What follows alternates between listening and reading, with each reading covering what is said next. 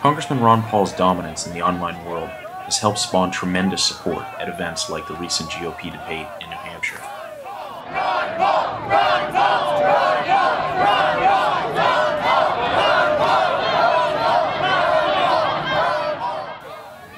The enthusiasm for Paul outside the debate hall was powerful and dwarfed the impact of the other candidates' supporters. Crowds are in any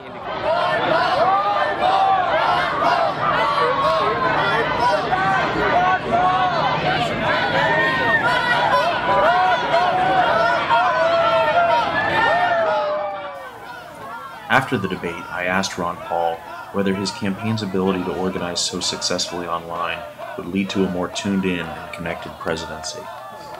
I think that's a natural trend. It's almost like the people who support the views I express have organized, and it blends in because it helps our campaign.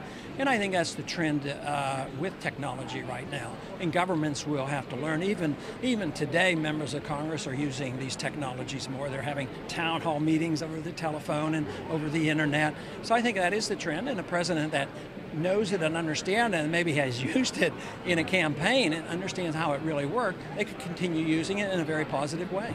So now citing that same kind of enthusiasm that you've drummed up online, what do you guys have to say about the disconnect in the general polling data?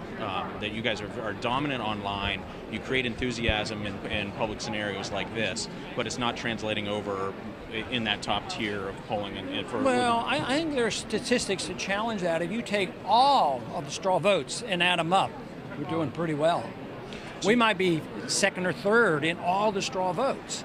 And that to me is getting close. We haven't had any primaries yet, but the discrepancy would be through national polling. There's explanations for that. Maybe it's true. I doubt it. Maybe it has to do with whom they're calling.